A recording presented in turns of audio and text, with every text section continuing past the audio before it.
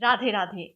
मैं हूँ डॉक्टर मोनिशा और आपका बहुत बहुत स्वागत करती हूँ इस प्यारे से चैनल में spiritual awakening with doctor Monisha. आपके लाइक्स और कमेंट्स के लिए हमेशा की तरह आपका बहुत बहुत धन्यवाद। आप जब भी कमेंट्स छोड़ते हैं तभी मैं आपके बारे में जान पाती हूँ और आपसे जुड़ पाती हूँ। अगर चैनल को अभी तक आपने सब्सक्राइब नहीं किया है तो जल्दी से सब्सक्राइब कीजिए, क्योंकि जितनी जल्दी ये चैनल ग्रो करेगा उतनी ही जल्दी लोगों की हीलिंग होगी और उनकी अवेकनिंग होगी। चलिए आज के टॉपिक पे आते हैं। क्या आपको भी ऐसा लग रहा है कि भगवान आपको भूल गए हैं? आप देख रहे हो कि आपकी जो फ्रेंड्स हैं उनकी ज़िंदगी आगे बढ़ रही है, उनकी शादी हो रही है, उनके बच्चे हो रहे हैं, करियर में भी उनको कोई अ, दुविधा नहीं है, वो आगे बढ़ रहे हैं लाइफ में। और यहाँ आप हैं कि आप इनर वर्क कर रहे हैं और आप अभी इमोशनली भी स्टेबल हो गए होंगे, क्योंकि काफ़ी वक्त से आपको healing, spiritual awakening, dark night of the soul, twin flame journey के बारे में काफ़ी सारा नॉलेज मिल गया है।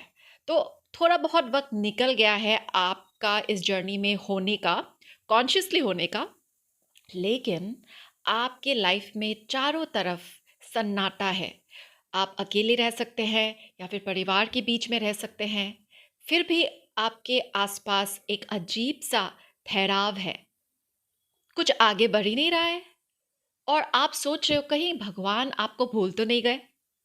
आप दुविधा में हैं। यहाँ पे आप भगवान का नाम भी चैंट कर रहे हैं, लेकिन फिर भी लगता है कि आप इस विशाल दुनिया में बिल्कुल खो गए हैं। क्या आपके साथ ऐसा हो रहा है? तो चलिए इस वीडियो के माध्यम से मैं आपको थोड़ी-सी इनसाइट देने की कोशिश करूँगी।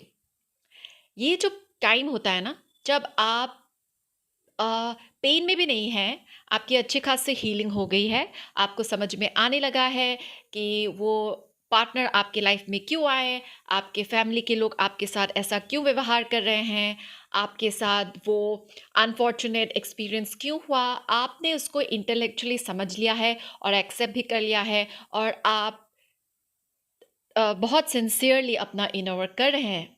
लेकिन ये जो ठहराव है, ये बहुत ही महत्वपूर्ण वक़्त होता है। आप मे बी आइसोलेशन में भी नहीं हैं, आप लोगों के बीच में हैं, आप बाहर भी जा रहे हैं, लेकिन ये जो ठहराव है, जो स्टिलनेस है, ये बहुत महत्वपूर्ण वक़्त है। यहाँ पे मैं एक एग्ज़ाम्पल से आपको ये समझाऊँगी। जो बैम्बू होता है ना, हिंदी में जिसको बाँस बोलते हैं, बाँस जिससे बाँसुरी बनती है, बैम्बू।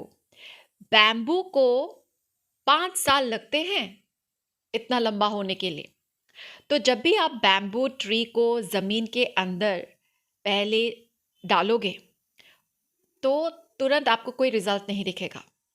आपको रोज़ उसमें पानी डालना पड़ेगा, रोज़ पानी डालना पड़ेगा, रोज़ पानी डालना पड़ेगा। 1 दिन के लिए नहीं, 1 हफ़्ते के लिए नहीं, 1 महीने के लिए नहीं, 6 महीने के लिए नहीं, 1 साल के लिए नहीं, 2 साल के लिए नहीं, 3 साल के लिए नहीं, 4 साल के लिए नहीं, 5 साल के लिए। और इन 5 सालों में आपको कुछ भी नहीं डेवलपमेंट दिखेगा। वो बस ज़मीन है और आप रोज़ पानी डाल रहे हो, पानी डाल रहे हो, पानी डाल रहे हो। 5 साल बाद आपको धीरे-धीरे दिखेगा कि बैम्बू ट्री ज़मीन के ऊपर आ गया है, वो जो पौधा बन गया है। और 5वें साल में वो बैम्बू ट्री इतने फ़ास्ट ग्रोथ पकड़ेगा and it will become the bamboo tree that you know, और जो आपने देखा है। लेकिन पहले पहले का जो वक़्त है, 6 महीना, 1 साल, 2 साल, वो बहुत कठिन होता है किसी भी प्लांटर के लिए। अगर आपको इसकी नॉलेज है, बैम्बू की नॉलेज है, तब तो आप धीरज रख के पानी डालते रहोगे। लेकिन अगर आप नए हो, नए इंसान हैं, जिनको इसके बारे में पता नहीं है, आपने दूसरे प्लांट्स को देखा है, 5-6 महीने, 2-3 महीने में आपको कुछ ना कुछ दिख जाता है, पौधा ज़मीन से बाहर आ ही जाता है। कोई भी वेजिटेबल्स आप उगाओगे, तो ज़मीन से ऊपर आ ही जाता है, आपको दिखता है क्या हो रहा है। लेकिन अगर आपको बैम्बूज़ के बारे में ज्ञान नहीं है, तो आप तो बहुत हताश हो जाओगे, आप 5वें साल तक पहुँचोगे ही नहीं उस टाइम में। तो आपकी जो ये जर्नी है ना, वो भी वैसी ही है। आपको ऐसा लग रहा है कि आपके लाइफ में कुछ नहीं हो रहा है, एक अजीब-सा ठहराव है, एक अजीब-सा स्टैग्नेंसी है। लेकिन ये आपके स्पिरिचुअल मसल्स को बिल्ड करने का वक्त है। ये आपके डेवलपमेंट का वक्त है, आपकी फेथ को डेवलप करने का वक्त है। यहाँ पे आपका आप अपने आप को तैयार करते हो टू शिफ्ट योर पर्सपेक्टिव। आप डिवाइन के साथ जुड़ते हो, आप डिवाइन के साथ अनकंडीशनली जुड़ने की जो स्किल है उसे आप प्रैक्टिस करते हैं, उसको आप प्रैक्टिस करते हैं। आप दिन रात भले ही आपको बाहर ही कुछ दिखता हो ना हो, लेकिन हर दिन हर वक्त आप भगवान से, डिवाइन से जुड़ते हैं और उनसे शक्ति लेते हैं, उनसे गुण लेते हैं कि उन पे आप ट्रस्ट करें और इस जर्नी में मार्गदर्शन आप उनसे मांगते हैं। तो ये जो वक्त है इसको इंक्यूबेशन की तरह देखिए, ये आपके इंक्यूबेशन का वक्त है।